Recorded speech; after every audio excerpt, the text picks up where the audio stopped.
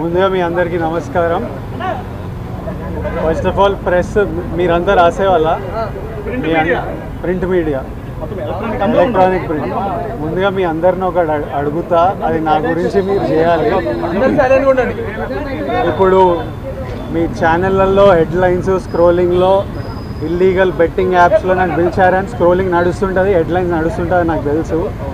కానీ ఫస్ట్ దాన్ని gaming apps clarification గురించి విజయ్ దేవరకొండని పిలిచారు అని ఫస్ట్ ఆ హెడ్లైన్ మీరు నా గురించి మార్చాలి. ఎందుకంటే బెట్టింగ్ యాప్స్ ఇన్వెస్టిగేషన్ తప్పకుండా నడుస్తుంది, కానీ మనని పిలిచింది వాళ్ళకు కూడా తెలియదు మన పేరు ఎందుకు వచ్చిందో.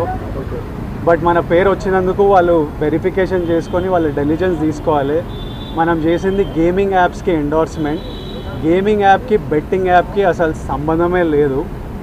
గేమింగ్ యాప్స్ అనేటివి completely legal, recognised by the government, licensed as a business. వాళ్ళకి జిఎస్టీలు, టీడీఎస్లు, కంపెనీలు, it's fully registered, recognised by supreme court and various state governments. అది గేమింగ్ యాప్. అటువంటిది A23. ఇప్పుడు క్విక్గా డౌట్ ఉన్న వాళ్ళకి క్విక్గా మీరు గూగుల్లోకి వెళ్ళి టాప్ గేమింగ్ యాప్స్ అని కొడితే కొన్ని వస్తాయి. A23తో సహా My11 Circle, Dream11, NPL, Zupi ఇట్లాంటివి కొన్ని వస్తాయి.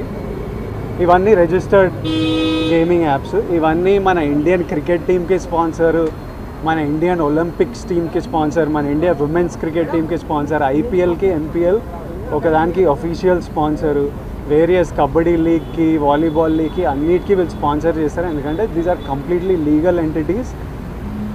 ఇండియన్ ఒలింపిక్స్ టీమ్కి స్పాన్సర్ చేయాలంటే లీగల్ ఉండాలా వద్దా? సో ఫస్ట్ ఆఫ్ ఆల్ ఈ గేమింగ్ యాప్స్ని, ఇల్లీగల్ బెట్టింగ్ యాప్స్ని మీరు సపరేట్ చేయాలి. అది జర్నలిస్ట్గా మీ రెస్పాన్సిబిలిటీ.